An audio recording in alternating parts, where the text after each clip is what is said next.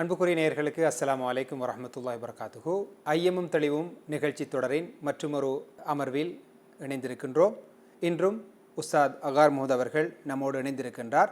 சமூகத்திலே தெளிவாக பேசப்பட வேண்டிய, விரிவாக கலந்துரையாடப்பட வேண்டிய அல்லது பிழையாக புரியப்பட்ட தலைப்புகளை ஒவ்வொன்றாக பேசும் நோக்கில்தான் இந்த நிகழ்ச்சி தொடர் ஆரம்பிக்கப்பட்டிருக்கின்றது.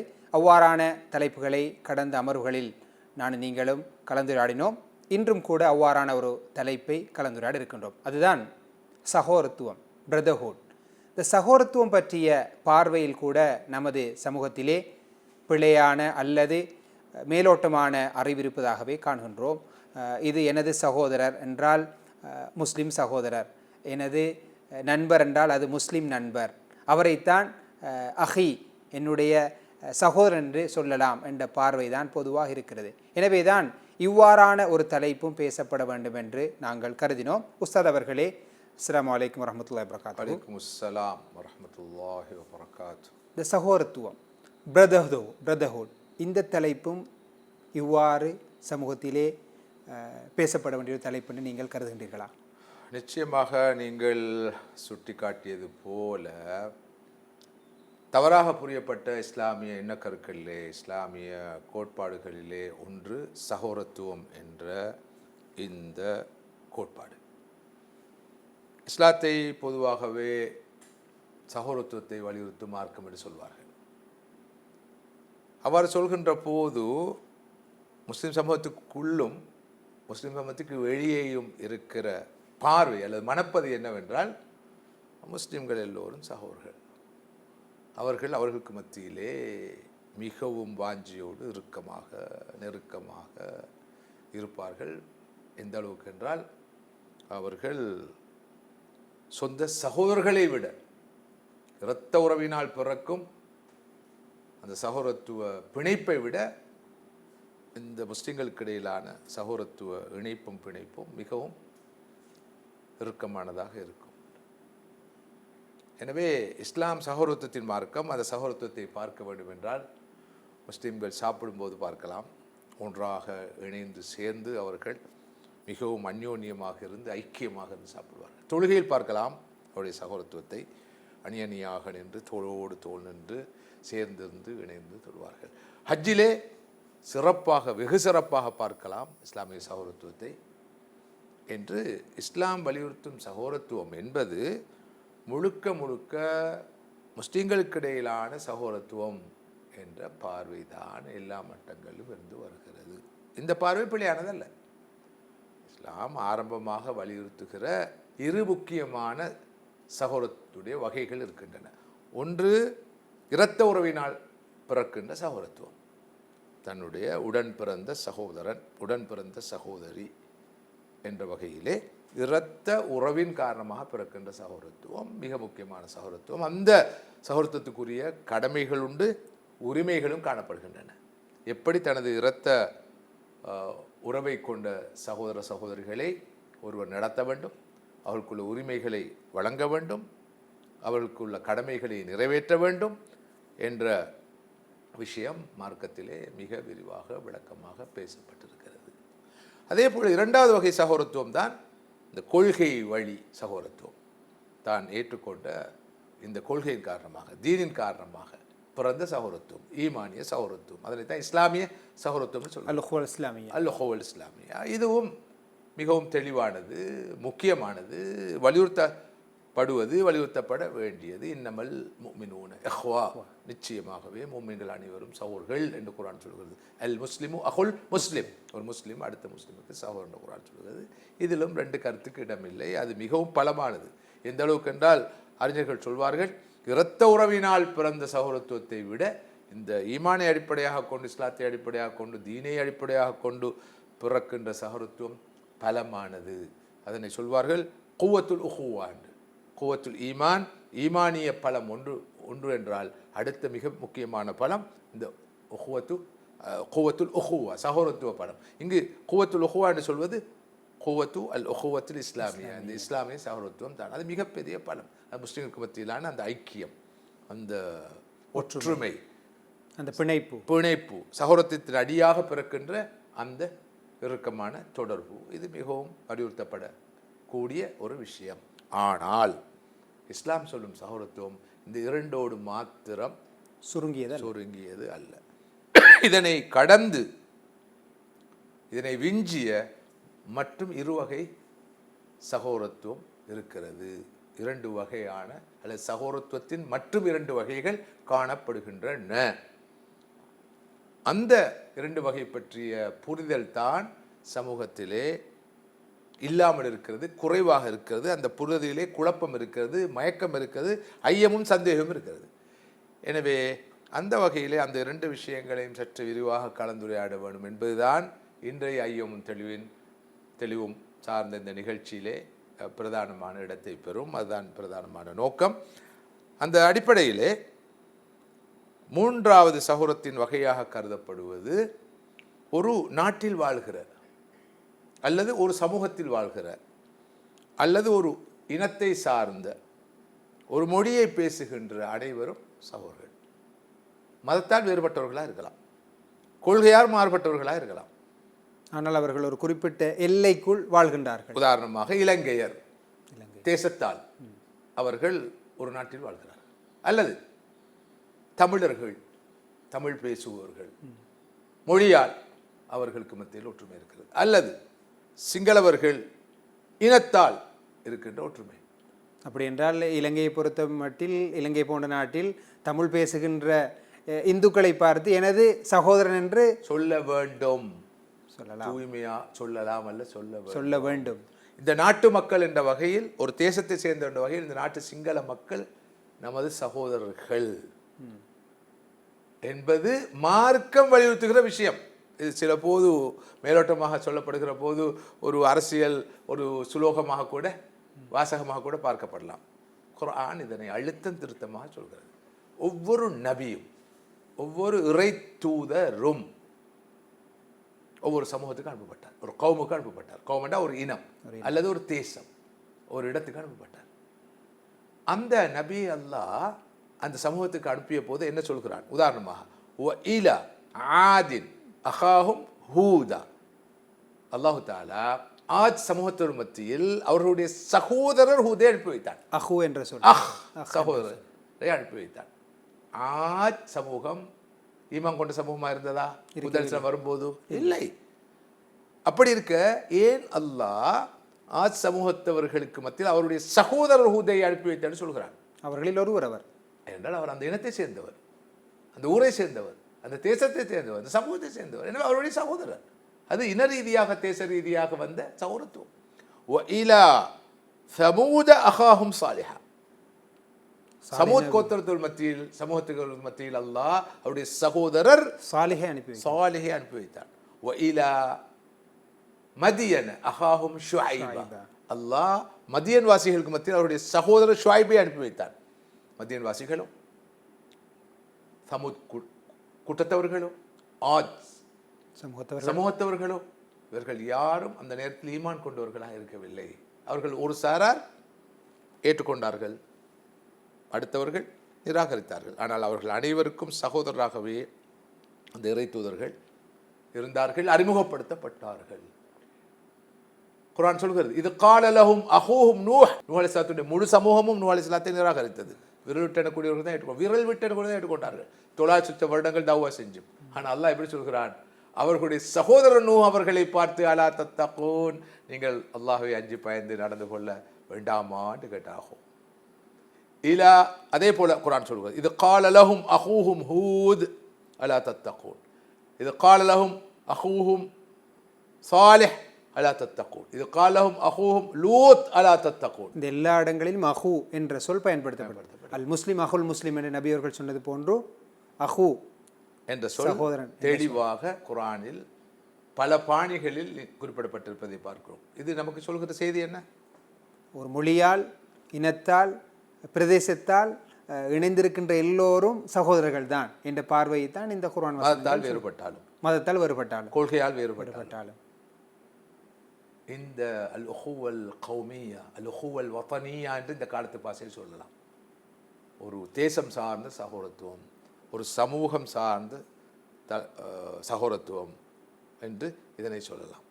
இது மிக முக்கியமான ஒன்று. இது தெளிவாக புரியப்பட வேண்டும். இந்த சகோதரத்துவத்திலும் கூட நமது சமூகத்து மத்தியிலே ஒரு சரியான புரிதல் இல்லை. நீங்கள் சொன்னது போன்றோ இரத்த உறவால் வரக்கூடிய சகோதரத்துவத்தில் என்னுடைய உடன் பிறந்த சகோதரை நான் சகோதரன் அழைக்கிறேன், என்னுடைய சகோதரன் என்று நான் தெளிவாக சொல்கின்றேன். மார்க்க ரீதியாக இஸ்லாமிய சகோதரத்துவம் மாஷா அல்லாஹ் சமூகத்திலே நல்ல தெரிவின் இஸ்லாமிய சகோதரர்களே என்ற அந்த வார்த்தையை கொண்டு அடையாளப்படுத்தணும். ஆனால் இந்த நாட்டிலே இருக்கின்ற ஏனைய மதத்தவர்கள், சமயத்தவர்கள், வேறு மொழியை பேசுகின்றவர்கள், இவர்கள் எனது சகோதரர்கள் என்றால் மார்க்கத்தின் கண்ணோட்டத்தில் இவர்கள் சகோதரர்கள் தான். எனவே வெறுமனே சமூக நல்லிணக்கத்துக்காக, சகவாழ்வுக்காக, ஒற்றுமைக்காக, தேச நலனுக்காகவே நாங்கள் எல்லோரையும் அணைக்க வேண்டும், அரவணைக்க வேண்டும், கொஞ்சம் இறங்கி போக வேண்டும், விட்டு கொடுத்து நடக்க வேண்டும், சகிக்க வேண்டும் என்ற பார்வை அல்ல. ஆனால் நமது சமூகத்திலே அப்படி ஒரு கவலைக்குரிய விடயம் அப்படி இருக்கிறது. சில போது நாங்கள் வலிந்து செய்ய வேண்டிய, அவர்கள் என்ன நினைத்து விடுவார்களோ, நாங்களும் உங்களோடு தான் இருக்கிறோம். எங்கே இருக்கிற கோளாறு? உண்மையிலே சிந்தனை சிக்கல் தான், சிந்தனையில். எனவேதான் ஐயமும் தெளிவும் என்ற இந்த பொருளிலே இப்படியான விஷயங்களை தெளிவுபடுத்த வேண்டிய தேவை இருக்கிறது என்று நாம் வலியுறுத்துகிறோம். எனவே மிக தெளிவாக பேசப்பட வேண்டும். இல்லாத போது நான் ஆரம்ப நிகழ்ச்சியில், முதலாம் நிகழ்ச்சி சொன்னது போல, நாம் மார்க்கத்தை பிழையாக புரிந்து, மார்க்கத்துடைய கண்ணோட்டங்களை பிழையாக புரிந்து, பிழையாக வாழ்க்கையில் கடைபிடிக்கிறோம். இரண்டாவது தான் மார்க்க வாழ்க்கை எம்மிடம் பலகீனமாக இருப்பது. மார்க்க வழிபாடுகளில் அல்லது மார்க்கம் எதிர்பார்க்கும் கடமைகளை நிறைவேற்றுவதில் நாம் பலகீனமாக இருப்பது இரண்டாவது காரணம் தான். முதலாவது காரணம் மார்க்கத்தை நாம் சரியாக புரிய தவறி இருக்கின்றமே, மார்க்கத்துடைய சில முக்கியமான கோட்பாடுகளை சரியாக புரிய தவறி இருக்கிறோமே என்ற விஷயத்தை நாம் சொன்னோம். அதற்கு நல்ல உதாரணங்கள் தான் இவை. குறிப்பாக இந்த சகோதரத்துவம் பற்றிய பார்வை, உலகளாவிய ரீதியில் இந்த பார்வை புரியப்படவில்லை. நீங்கள் 3 சகோதரத்துவத்தை குறிப்பிட்டீர்கள். இரத்த உறவுகளால் ஏற்படுகின்ற சகோதரத்துவம், இஸ்லாமிய சகோதரத்துவம், ஒரு நாடு, தேசம், பிரதேசம் என்ற வகையில் ஏற்படக்கூடிய அந்த நாடு தழுவிய சகோதரத்துவம், இன்னும் ஒரு சகோதரத்துவம், 4 வகையான சகோதரத்துவத்தை அடையாளப்படுத்தீர்கள். எஸ், 4வது வகை சகோதரத்துவம் சர்வதேச சகோதரத்துவம், மனித இனம் சார்ந்த சகோதரத்துவம், பிரதர்ஹுட் இன் ஹியூமனிட்டி. உலகிலே வாழ்கிற எல்லா மனிதர்களும் சகோதரர்கள், தேசத்தால் சகோதரர்கள், மொழியால் சகோதரர்கள், இனத்தால் சகோதரர்கள், ஊரால் சகோதரர்கள். ஓகே, அந்த சகோதரத்துவம் மாத்திரமல்ல, உலகில் வாழ்கிற எல்லா மனிதர்களும் சகோதரர்கள் என்ற பார்வையை இஸ்லாம் முன்வைக்கிறது, அழுத்தமாக முன்வைக்கிறது. குர்ஆனை பார்த்தால் குர்ஆன் யா யுஹன்னாஸ் என்றுதான் பேசுகிறது. மனிதர்களே, மனிதர்களே, எல்லா மனிதர்களையும் எடுத்து பேசுகிறது. அல்லாஹ் முஸ்லிம்களுடைய ரப்பு, முமின்களுடைய ரப்பு என்று அறிமுகப்படுத்தப்படுவதை விட ரப்புன் நாஸ், இலாஹுன் நாஸ், மலிக்குன் நாஸ், மனிதர்களுடைய ரப்பு, மனிதர்களுடைய இறைவன், மனிதர்களுடைய அரசன் என்று அறிமுகப்படுத்தப்படுகிறார். ரப்புல் ஆலமீன், எல்லா உலகங்களின் ரப்பு என்று அல்லாஹ் அறிமுகப்படுத்தப்படுகிறார். ரசூலுல்லாஹி ஸல்லல்லாஹு அலைஹி வஸல்லம் அவர்கள் முஸ்லிம்களுடைய மூமின்களுடைய தூதர் என்று மாத்திரம் அறிமுகப்படுத்தப்படவில்லை. ரஹ்மத்துல் லில் ஆலமீன், ரஹ்மத்துல் ஆலமீன், அகிலங்கள் அனைத்துக்கும் அருளாக வந்தவர்கள் நபி அவர்கள். மற்றும் பல வசனங்கள், வமா அர்ஸல்னாக இல்லா காஃபத்தல் லின்னாஸ், வமா அர்ஸல்னாக இல்லா காஃபத்தல் லின்னாஸ் வகதாலிக ஜஅல்னாகும் உம்மத்தன் வஸத்தன் லிதகூனு ஷுஹதா அலன்னாஸ். அதே போல மற்றும் பல அல் குர்ஆன் வசனங்கள்ல அல்லாஹ் தஆலா முழு மனித சமுதாயத்துக்கும் தூதராக வந்தவர், எல்லோருக்கும் தூதராக வந்தவர் என்றது ஒரு செய்தி. எனவே அந்த பாகுபாடு இல்லை. இரண்டாவது, அதைவிட அழுத்தமாக தெளிவாக குர்ஆன் சொல்லும் ஒரு செய்தி இருக்கிறது. நீங்கள் எல்லோரும் சகோதரர்கள் என்பதை வலியுறுத்தும் செய்தி. எல்லா மனிதர்களும், 5 கண்டங்களையும் சேர்ந்த எல்லா மனிதர்களும், அவர்கள் கிறிஸ்தவர்களாக இருக்கலாம், யூதர்களாக இருக்கலாம், பௌத்தர்களாக இருக்கலாம், இந்துக்களாக இருக்கலாம், ஆசிரியர்களாக இருக்கலாம், நாசிரியர்களாக இருக்கலாம், வெள்ளையர்களாக இருக்கலாம், கருப்பர்களாக இருக்கலாம், யாராம் இருக்கலாம், எவரும் இருக்கலாம், துருவப்பகுதியில் வாழ்கிற அந்த எக்ஸிமோராக இருக்கலாம், எல்லோரும் சகோதரர்கள், முஸ்லிம்கள் மனிதர்களாக இருக்கும் வரைக்கும் என்பதை குர்ஆன் திருத்தமாக சொல்கிறது. யா அய்யுஹன்னாஸ் இன்னா ஹலக்னாக்கும் மின் தக்கரின் வ உன்ஸா வஜஅல்னாக்கும் ஷுஉபன் வ கபாயில லிதஅரஃபு. ஓ மனிதர்களே, உங்களை ஒரு ஆணிலிருந்து ஒரு பெண்ணிலிருந்து படைத்தோம், உங்களை நாங்கள் இனங்களாக, குலங்களாக, கோத்திரங்களாக அமைத்ததெல்லாம் பரஸ்பர அறிமுகத்துக்காகத்தான், ஒரு அடையாளம் கண்டுகொள்வதற்காகத்தான். தெளிவாக அல்லாஹ் சொல்கிறான், மின் தக்கரி உன்சா, ஒரே உம்மா வாப்பால இருந்து வந்தார், ஒரே தாய் தந்தை வந்தாரு. யார் அவர்கள்? அவர்கள் யார்? ஆதம் அலைஹிஸ்ஸலாம், ஹவ்வா அலைஹிஸ்ஸலாம். சரி, அவர்கள் யார்? அப்படி வந்தவர்கள் யார்? ஒரு தாயிலிருந்து, மனிதர்கள். இந்த ஒரு தாயிலிருந்தும் ஒரு தந்தையிலிருந்தும் வருபவர்கள் யார்? எல்லாரும் சகோதரர்கள். சகோதரிகள். தெளிவாக சொல்றார். யா அய்யுஹன்னா இத்தகூ ரப்பக்கும் அல்லதி خلقكم من نفس واحدة وخلق منها زوجها وبث منهما رجالا كثيرا ونساء واتقوا الله الذي تساءلون به والارحام ان الله كان عليكم رقيبا. சரி, இந்த குர்ஆன் என்ன சொல்லுது? உங்களை ரப்பை பயந்து கொள்ளுங்கள். அவன் யார்? ஒரு ஆத்மாவிலிருந்து உங்களை படைத்தான், அதிலிருந்து அதன் துணையை படைத்தான், பிறகு அந்த இருவரிலிருந்து நிறைய மனிதர்களை படைத்து இந்த உலகிலே பரப்பினான். எனவே குல்லுக்குமின் ஆதம் வாதம் துராப் ஸல்லல்லாஹு சொன்னார், குல்லுக்குமின் ஆதம், நீங்கள் எல்லோரும் ஆதமிலிருந்து வருபவர்கள். ஆதமோ மண்ணினால் படைக்கப்பட்டவர். எனவே தான் நமக்கு மறுபெயர் என்ன? பனு ஆதம், ஆதமுடைய பிள்ளைகள். ஆதமுடைய மக்கள் தான் எல்லோரும். இவர் யார்? அவர் யார்? முன்னால் இருப்பவர்கள் யார்? பின்னால் இருப்பவர்கள் யார்? பார்த்து கொண்டிருப்பவர்கள் யார்? கேட்டுக்கொண்டிருப்பவர்கள் எல்லாம் ஆதமுடைய மக்கள். ஆதமுடைய மக்கள். அவர்களுக்கு மத்தியில் இருக்கிற உறவு என்னப்பா? சகோதரத்துவம். மிகவும் முக்கியமான ஒரு விடயத்தை குறிப்பிட்டிருக்கிறார் உஸ்தாத். நான் என்னுடைய சகோதரன், மூத்த சகோதரனை என்னுடைய தாய்க்கு பிறந்ததால் சகோதரன் என்று அழைக்கின்றேன், தம்பியை தாய்க்கு பிறந்தால் தம்பி என்று அழைக்கின்றேன். ஏன்? ஒரு தாய் தந்தை, என்னுடைய தாயும் தந்தையும் என்றால் அழைக்கின்றேன். ஆனால் உலகத்தில் உள்ள எல்லா மனிதர்களும் ஒரு தாயும் தந்தையிலிருந்து பிறந்தவர்கள் என்பதுதான் எமது நம்பிக்கை. ஆழமான நம்பிக்கை. இடமில்லாத நம்பிக்கை. எனவே அனைவரும் ஒரு தாயும் தந்தையும், இவர்கள் இணைவரும் 2 பேரும் சேர்ந்து பிறந்தவர்கள். எனவே எல்லோரும் சகோதரர்கள் தானே. மிகவும் தெளிவான ஒரு நிலைப்பாடை நமது மார்க்கம் நமக்கு தந்திருக்கிறது. நீங்கள் சொன்னது போல கவலைக்க இடமான விடயம் என்னவென்றால், இந்த தெளிவு நம்ம சமூகத்தில் போதிய அளவு இல்லை என்பது ஒரு கவலைக்குரிய விடயம். மதிப்புக்குரிய உஸ்தாத் அவர்களே, சகோதரத்துவம் பற்றிய சரியான பார்வையை வழங்க வேண்டும் என்ற வகையில் ஐயமும் தெளிவும் என்ற நிகழ்ச்சி கூடாக நாங்கள் கலந்துரையாடி கொண்டிருக்கின்றோம். சகோதரத்துவம் அது இரத்த உறவால் பிறந்த சகோதரத்துவமாக இருக்கலாம், மார்க்கத்தின் அடியாக பிறந்த, கொள்கையின் அடியாக பிறந்த சகோதரத்துவமாக இருக்கலாம், ஒரு நாட்டிலே நாட்டு மக்களுக்கு மத்தியில் இருக்கின்ற சகோதரத்துவமாக இருக்கலாம், உலகளாவிய மனித சமூகம் எல்லோரும் சகோதரர் கொண்ட வகையில் இருக்கலாம். இந்த சகோதரத்தின் வெளிப்பாடு, நான் இவரும் சகோதரர்கள் என்று சொல்கின்றோம். இந்த சகோதரத்தின் வெளிப்பாடு எவ்வாறு அமைய வேண்டும்? என்னுடைய சொந்த சகோதரன், உடன் பிறந்த சகோதரனுக்குரிய வெளிப்பாடு நீங்கள் சொன்னது போன்று எல்லோருக்கும் தெரியும். அவரோடு நான் நல்ல முறையில் நடந்து கொள்வேன், அவருக்கு நான் அநியாயம் செய்ய மாட்டேன். மார்க்க உறவு என்ற வகையில் சில போது என்னுடைய சகோதரன் பார்வை உடன் பிறந்த சகோதரனை விட சற்று தூரமாகத்தான் இருக்கிறது. ஆனால் நாட்டு மக்கள் என்ற வகையில், உலகளாவிய மக்கள் என்ற வகையிலே இந்த சகோதரத்துவம் என்று நாங்கள் வாயினால் சொன்னால் அதனுடைய வெளிப்பாடு எவ்வாறு அமைய வேண்டும், எவ்வாறு இருக்கும்? நிச்சயமாக பேசப்பட வேண்டிய, கலந்துரையாடப்பட வேண்டிய, விளக்கப்பட வேண்டிய ஒரு விவகாரம் இது. இன்று சர்வதேச மட்டத்திலும் சரி, பிராந்திய மட்டங்களிலும் சரி, நாடுகள் மட்டத்திலும் சரி பேசப்படுகிற ஒரு பொருள் என்ன? Ethnic harmony, social cohesion, peaceful coexistence, சகஜீவனே. எல்லோரும் பேசுகிறார்கள். இனங்களுக்கு இடையிலான நல்லுறவு, நல்லிணக்கம், சகவாழ்வு. இந்த பார்வை இல்லாத நிலையில்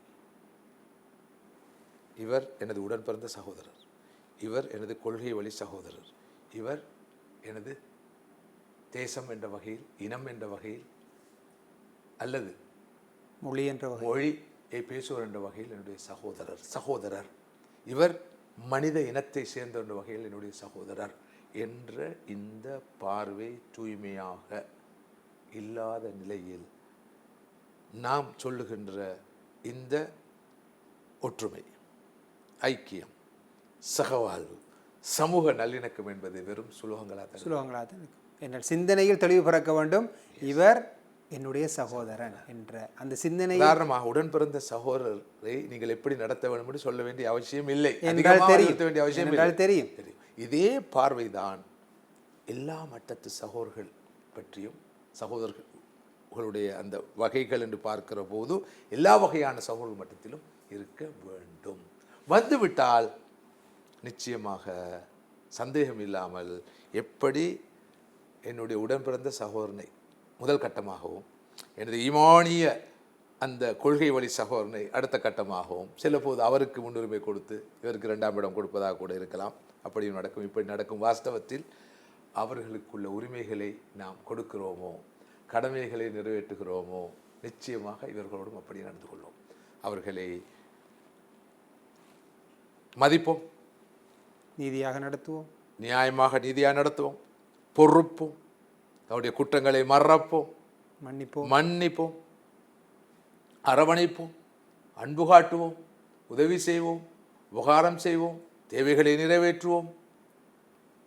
எல்லா அந்த சகோதரத்துக்குரிய தன்மைகளும் பண்புகளும் வரும்.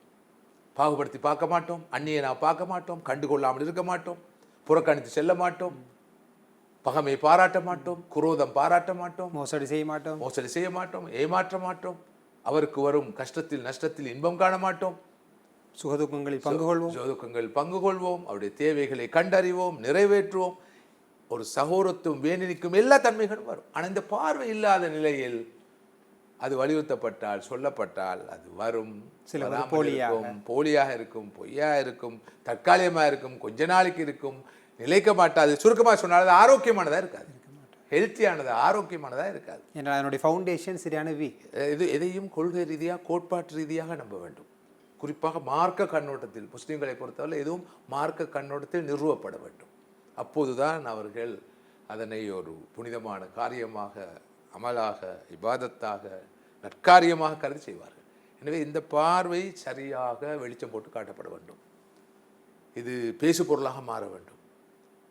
இரத்த உறவில் பிறக்கிற, இரத்த உறவின் அடியாக பிறக்கிற சகோதரத்துவத்தை நாம் அழகாக பேசி எப்படி நமது குடும்பத்தாரோடு இரத்த உறவுகளோடு நெருக்கமாக நடக்க வேண்டும், அவர்கள் உரிமைகளை கடமைகளை நிறைவேற்ற வேண்டும் என்பதை நாம் விரிவாக விளக்கமாக பேசுவது போல, இந்த ஈமானிய உறவின் அடியாக பிறக்கிற சகோதரத்துவத்தின் தேவையை, அவசியத்தை, முக்கியத்துவத்தை, அது வேண்டி நிற்கும் கடமைகளை பற்றி பேசுவது போல, இந்த மொழியின் அடியாக, பிரதேசத்தின் அடியாக, இனத்தின் அடியாக, தேசத்தின் அடியாக பிறக்கின்ற இந்த சகோதரத்துவத்தை பற்றியும் விரிவாக விளக்கமாக பேச வேண்டும். அதை வெறுமனே உலக கண்ணோட்டத்தில் மாத்திரம், நடைமுறை கண்ணோட்டத்தில் மாத்திரம் பேசாமல், காலம் வேண்டி நிற்கிற விஷயமாக மாத்திரம் நாம் பார்க்காமல், விளக்காமல், மார்க்கம் வேண்டி நிற்கின்ற விஷயமாக, குர்ஆனின் சுன்னாவும் வலியுறுத்துகிற விஷயமாக மக்களுக்கு தெளிவாக எடுத்து போதிக்கப்படும். இது வலிந்து கொடுக்கப்பட்ட விளக்கம் அல்ல. நான் நினைக்கிறேன் இது சம்பந்தமாக என்னுடைய ஒரு நூலும் வெளிவந்திருக்கிறது.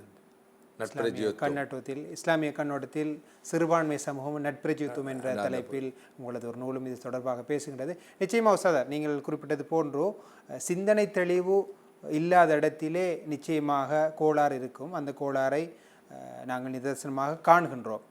அந்த வகையில் உஸ்தாத் அவர்களே, இறுதியாக இந்த நிகழ்ச்சி கூடாக பல விடயங்களை நாங்கள் தெளிவுபடுத்துகின்றோம். சகோதரத்துவம் என்பது என்ன என்பதை நீங்கள் பட்டியல்படுத்தினீர்கள். இலங்கை போன்ற இந்த சிறுபான்மை நாட்டில் நானும் நீங்களும் கவனித்துக் கொள்ள வேண்டிய, நமது சமூகம் எடுத்து நடக்க வேண்டிய சில நடைமுறை சார்ந்த உதாரணங்களை, எப்படி இந்த இஸ்லாம் கூறுகின்ற, இஸ்லாம் வலியுறுத்துகின்ற இந்த சகோதரத்துவம் பற்றிய பார்வையை நடைமுறைக்கு எப்படி நாங்கள் கொண்டு வரலாம் என்பதை பற்றி சுருக்கமாக விளக்க முடியுமா? இஸ்லாம் கலந்து வாழ்வதை வலியுறுத்தும் மார்க்கம் என்ற வகையில் தான் இந்த கோட்பாடுகளை முன்வைத்திருக்கிறது.